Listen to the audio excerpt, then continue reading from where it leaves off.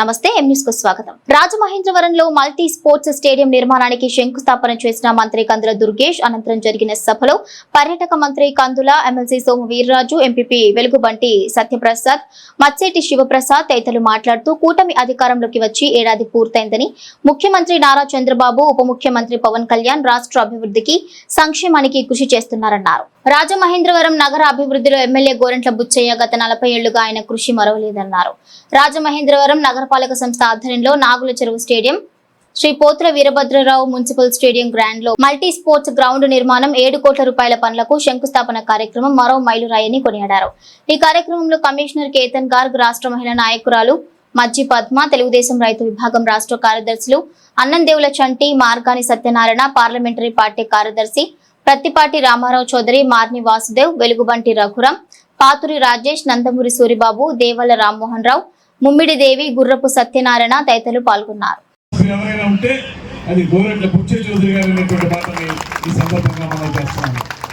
అంతకంటే పెద్ద record Telugu Desam party ఆవిర్భావం నుంచి ఇవాటి వరకు కూడా అదే పార్టీని శ్వాసగా, ఊపిరిగా నడుపుతున్నటువంటి వ్యక్తి శ్రీ గోరంట్ల బుచ్చయ్య చౌదరి గారు. అదే కాకుండా ఒక ముఖ్యమైనటువంటి అంశం చెప్పాలి. నాకు తెలిసి నేను విద్యార్థి దశ నుంచి కూడా రాజకీయాల్లో ఉన్నాను. రాజకీయాన్ని దగ్గర నుంచి పరిశీలించినప్పుడు నేను చూసింది, గతంలో చాలా మంది శాసనసభ్యులు చేశారు, చాలా మంది నాయకులు ఉన్నారు. రాజమండ్రి అంటే ఆధునిక రాజమహేంద్రవరాన్ని తయారు చేసినటువంటి మోడర్న్ ఆర్కిటెక్ట్ ఎవరంటే అది గోరంట్ల బుచ్చయ్య చౌదరి గారి మాటలో ఎటువంటి అనుమానం లేదు. ఒక స్పష్టమైనటువంటి అవగాహన, అభివృద్ధి ఏ రకంగా చేయాలనేటువంటి ఆలోచన, ఎక్కడ ఏ కార్యక్రమం చేస్తే అది రాజమండ్రి అభివృద్ధికి ఉపయోగపడుతుందనేటువంటి ఆలోచన, ఇవన్నీ కూడా సమకాలీన రాజకీయాల్లో కేవలం గోరంట్ల బుచ్చయ్య చౌదరి గారిలోనే ఉన్నాయనేటువంటి మాటను కూడా స్పష్టంగా నేను తెలియజేస్తా ఉన్నాను.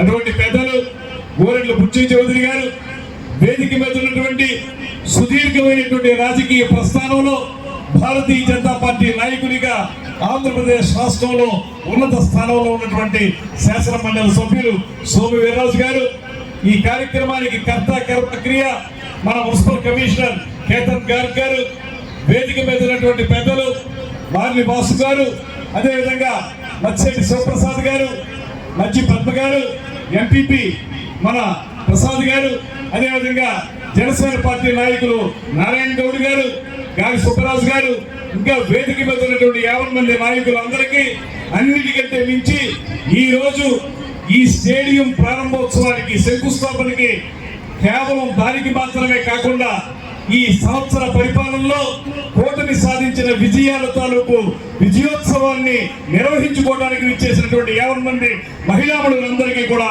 నమస్సుమాంజలి తెలియజేస్తా ఉన్నాను. చాలా పెద్ద ఎత్తున విచ్చేశారు. పైన మండుటెండం ఒక్కడికి కూడా చాలా ఓపికగా కూర్చుని ఉన్నారు. ఇవాళ ఇది ఈ స్టేడియం చిన్నప్పటి నుంచి అందరూ చూస్తున్నటువంటి స్టేడియం. ఇక్కడ అనేక చరిత్రాత్మకమైనటువంటి ఘట్టాలు ఇక్కడ జరిగాయి. ఎన్టీ రామారావు గారు ఇక్కడ ప్రసంగించడం, నేను ప్రత్యక్షంగా ఒకనొక సమయంలో విద్యార్థిగా ఉన్నప్పుడు వాజ్పేయి గారు కూడా ఇక్కడ ఒక మీటింగ్ లో మాట్లాడటం, ఆయన మాటల్ని వెంకయ్య నాయుడు గారు అనువదించడం కూడా ఈ సభలో జరిగింది.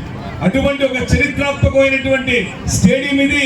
ఒకప్పుడు ఇక్కడ ఆంధ్ర రాష్ట్రానికి సంబంధించినటువంటి నింబుల్స్ 11 అనేటువంటి వాళ్ళు దేశ స్థాయిలో పెద్ద ఫుట్బాల్ క్రీడాకారులు, వారందరూ ఇక్కడ అద్భుతంగా ఫుట్బాల్ ఆడేవారు. అందులో శంకర భాస్కర్రావు గారు, అదేవిధంగా ఇవాళ ఏ పేరైతే పెట్టారో పోతుల వీరభద్రరావు గారి స్టేడియం అని మా తాతగారు, ఆయన కూడా నింబుల్లో ఫుట్బాల్ ప్లేయర్. వారందరూ ఆడారు. తర్వాత కాలంలో నేను చూసినటువంటి ఆట పిచ్చయ్య గారు అని చెప్పి బాల్ బ్యాడ్మింటన్లో రాష్ట్ర స్థాయిలో చాలా పెద్ద క్రీడాకారులు. ఆ పిచ్చయ్య గారు ఇక్కడికి వచ్చి ఆటో కరీముల్లా గారు అనేటువంటి మలయాళీ ప్లేయర్, ఆయన వచ్చి ఆటో, అవి కూడా స్టూడెంట్ గా ఉన్నప్పుడు నేను ఇక్కడ చూశాను. ఆ సందర్భంగా చుట్టూ ఒక గ్యాలరీ కట్టారు తడికలతోటి. అది గేమ్ జరుగుతుండగా గ్యాలరీ పడిపోయింది. అది కూడా మేము ప్రత్యక్షంగా చూసాం. ఇలాంటి ఒక చరిత్ర ఉన్నటువంటి ఈ స్టేడియానికి ఒక సరైనటువంటి రూపం ఇవ్వడానికి ఇంతకాలంగా ఎంత ప్రయత్నం చేసినప్పటికీ కూడా అది సాధ్యపడలేదు. ఇవాళ అభివృద్ధికి చిరునామాగా నిలిచినటువంటి పుచ్చే చౌదరి గారి యొక్క నేతృత్వంలో ఇవాళ అద్భుతంగా ఇది స్టేడియం తయారు కాబోతుందంటే నాకు చాలా ఆనందంగా ఉంది. ఒక కారణం మా తాతగారి పేరుతో ఉన్నటువంటి స్టేడియం కనుక అది ఖచ్చితంగా ఎటు నాకు ఆనందాన్ని కలిగిస్తుంది. దానికంటే మించి చరిత్రాత్మక రాజమండ్రి నగరంలో సరైన స్టేడియాలు లేవు. ఇక్కడ చిన్న చిన్న గ్రామాల్లో చిన్న చిన్న పట్టణాల్లో అద్భుతమైనటువంటి స్టేడియాలు ఉన్నాయి, మనకి సరైన స్టేడియం లేదు. దానికి కారణం చరిత్రాత్మకంగా పెద్ద ఊరైనప్పటికీ కూడా నిన్న మొన్నటి వరకు కూడా కాకినాడ మనకి జిల్లా హెడ్ క్వార్టర్స్ అవడం వల్ల అక్కడ జరిగేవన్నీ కూడాను ఇక్కడ జరిగేవి కాదు. ఇవాళ పుచ్చయ్య చౌదరి గారి చొరవతోటి ఈ స్టేడియం తయారవుతుంది. దీంతో పాటు వారు చెప్పిన విధంగా క్రికెట్ స్టేడియం కి ఒక 12 ఎకరాల స్థలాన్ని తీసుకురావడానికి కూడా పుచ్చయ్య చౌదరి గారు ఒక మంచి ఆలోచన చేశారు. దాన్ని కూడా తప్పనిసరిగా కార్యరూపం దాల్చడానికి మేమందరం కృషి చేస్తాం అనేటువంటి మాటను కూడా మనవి చేస్తూ, జరిగింది ఏమి జరగలేదు ఏమి జరగబోతుంది అనేది మననం చేసుకొని ముందుకు సాగడం కోసం ఆత్మ విమర్శ చేసుకునే దానికి ఒక అవకాశం. దానిలో భాగంగానే పోతుల వీరభద్రరావు గారి క్రికెట్ స్టేడియానికి ఇవాళ నాంది పలుకుతూ ఉన్నాం. 35 సంవత్సరాల కలిసారు నాకు ఇది.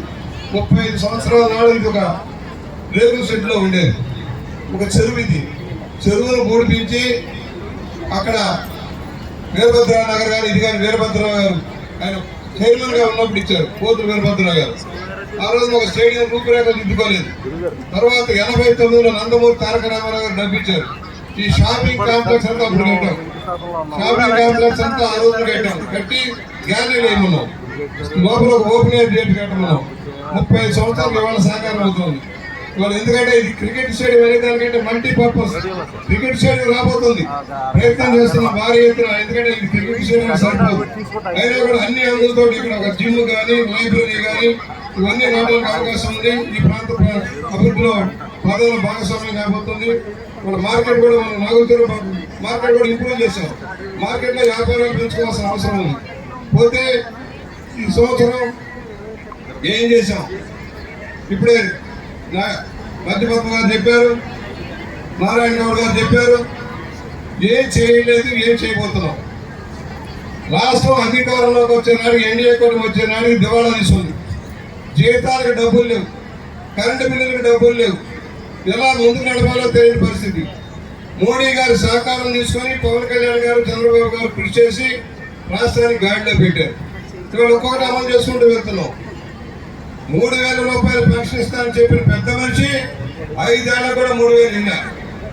అదే చంద్రబాబు గారు నేను 4000 చేస్తానని అధికారంలోకి రావడంతో ముందు 3 నెలలు కూడా కలిపి 4000, 6000, 10,000, 15,000 64 లక్షల మందికి 1వ తారీఖు 31వ తారీఖే పెన్షన్ ఇస్తున్నారు. చరిత్ర భారతదేశంలో ఏ రాష్ట్రంలో ఇంత పెన్షన్ ఇచ్చింది. 600లో 1000 ఇస్తే గొప్ప. అలాంటిది 4,000 నుంచి 15,000 రూపాయల దాకా 13 రకాల పెన్షన్లు ఇస్తున్న ఏకైక ప్రభుత్వం ఎన్డీఏ కూటమి చంద్రబాబు గారి నాయకత్వంలో. ఇక్కడ ఎలా సాధ్యం అవుతుంది? కేంద్రం నుంచి నిధులు తెచ్చుకోవాలి, పోలవరం ప్రాజెక్టు నిర్మాణం పూర్తి చేయాలి, నీటి పారుదల ప్రాజెక్టులు పూర్తి చేయాలి, పాడైపోయిన రోడ్లని మరమ్మతులు చేసుకోవాలి, కొత్త రోడ్లు వేసుకోవాలి, గ్రామాన్ని పగబంధాలను ముందుకు నడపాలి. ఇవన్నీ ఎలా సాధ్యం అవుతున్నాయి? గ్యాస్ బండ్లు ఇస్తానంటే ఇచ్చారా లేదా? ఎవరైనా ఎక్కడైనా రిజిస్టర్ చేసుకోకపోతే చెప్పలేం, కానీ గ్యాస్ బండ్ల సంవత్సరానికి 3 గ్యాస్ బండ్లు వస్తా ఉన్నాయి. ముందు ఒక గ్యాస్ బండ్ వచ్చింది, 4 నెలలకు ఒకసారి గ్యాస్ బండ్ రాబోతుంది. అసలు 3 బండ్లకు ఒకేసారి డబ్బు ఇవ్వాలని ఆలోచన కూడా చంద్రబాబు గారు ఆలోచిస్తూ ఉన్నారు. పవన్ కళ్యాణ్ గారు సంప్రదించి మరి మేము అడుగుతా ఉన్నాం, ల్యాండ్ టైటిల్ యాక్ట్ ఎవరి కోసం తెచ్చారు? మీ ఆస్తులన్నీ కబ్జా చేయడం కోసం, దోపిడీ చేయడం కోసం ల్యాండ్ టైటిల్ యాక్ట్ తెచ్చి మీ ఆస్తులు కబ్జా చేయడానికి ప్రయత్నం చేశారు. దాన్ని మొదట అసెంబ్లీలో రద్దు చేయించారు చంద్రబాబు గారు. దానివల్ల రక్షణ ఏర్పడింది, ఆస్తికి నీ ఇంటికి రక్షణ ఏర్పడింది. ఇవాళ ఈ రోజు తల్లికి వందనం పడుతుంది. అయ్యా నువ్వు 4 ఏళ్ళు 5 ఏళ్ళు ఎంతమందికి ఇచ్చావు? ఎంతమంది బిడ్డలన్నా పెన్షన్ ఇస్తారని చెప్పి ఒక్కరికి వేసావు, అది 3 సార్లు వేసావు, 2 సార్లు ఎగ్గొట్టావు. ఇవాళ 64 లక్షల మంది పిల్లలకి 15,000 రూపాయల పెన్షన్ ఖాతాలో వేస్తా ఉన్నారు. ఆర్థికంగా ఇబ్బందులు ఉన్నాయి, అన్ని కార్యక్రమాలు చేయాలి. దళితులకి, బలహీన వర్గాలకు, మైనారిటీలకి న్యాయం చేయాలి. సెల్ఫ్ ఫైనాన్స్మెంట్ స్కీములు ఇవ్వాలి. 5 ఏళ్ళకి ఒక లోన్ వచ్చిందా? ఇల్లు కట్టడానికి అందరికి దగా చేశారు కదా. జగనన్న కాలనీ పెద్ద దగా చేశాడు, పేర్లు పెట్టాడు, పని మర్చిపోయాడు. ఎక్కడో దూరంగా 30 కిలోమీటర్లు తీసుకెళ్లి ఇంట్లో నీళ్ళలో పట్టాలు ఇచ్చారని చెప్పాడు. ఒక ఎన్నింటి కట్టారు? 3,000 ఇల్లు కట్టల 50,000 మందికి పట్టాలు ఇచ్చారని చెప్పి ఆయన బొమ్మలు వేసుకొని ఏం చేశాడు? ఎందుకు కట్టలేదు? మనం కట్టిన ట్రిప్ 6,200 ఇల్లు రెడీగా ఉంటే ఎందుకు ఇల్లు ఇవ్వలేదు, హ్యాండ్ ఓవర్ చేయలేదు? దాని మీద అప్పు తెచ్చాడు, మీ మీద భారం వేశాడు. మన ట్రిప్ కంప్లీట్ చేస్తా ఉన్నాం. రాజమండ్రి రూరల్కి, సిటీకి సంబంధించిన బ్యాలెన్స్ వర్క్లన్నీ కంప్లీట్ చేసి త్వరలో వాళ్ళు ఇళ్లలో పెట్టయిపోతున్నాం. కొత్తగా మళ్ళా 3 సెంట్లు 2 సెంట్లు ఇవ్వాలని నిర్ణయించారు. అవన్నీ ఒకసారి రివ్యూ చేసి పాత పట్టాలన్నీ క్యాన్సిల్ అయిపోయినట్టే లెక్క. ఎందుకంటే అక్కడ ఇన్ఫ్రాస్ట్రక్చర్ లేదు, గాలిలో ఉన్నాయి. కానవరంలో కానీ, వెలుగుబందులో కానీ, పల్లకడిలో కానీ, బూరుపూడిలో కానీ దేనికి పరికరాన్ని భూముల్లో పెట్టారు. దాన్ని కూడా సర్వే చేస్తున్నాం, త్వరలో న్యాయం జరిగేలాగా చేస్తాం. మరిన్ని తాజా వార్తా విశేషాల కోసం M News ని సబ్స్క్రైబ్ చేయండి, మీ మిత్రులకు షేర్ చేయండి.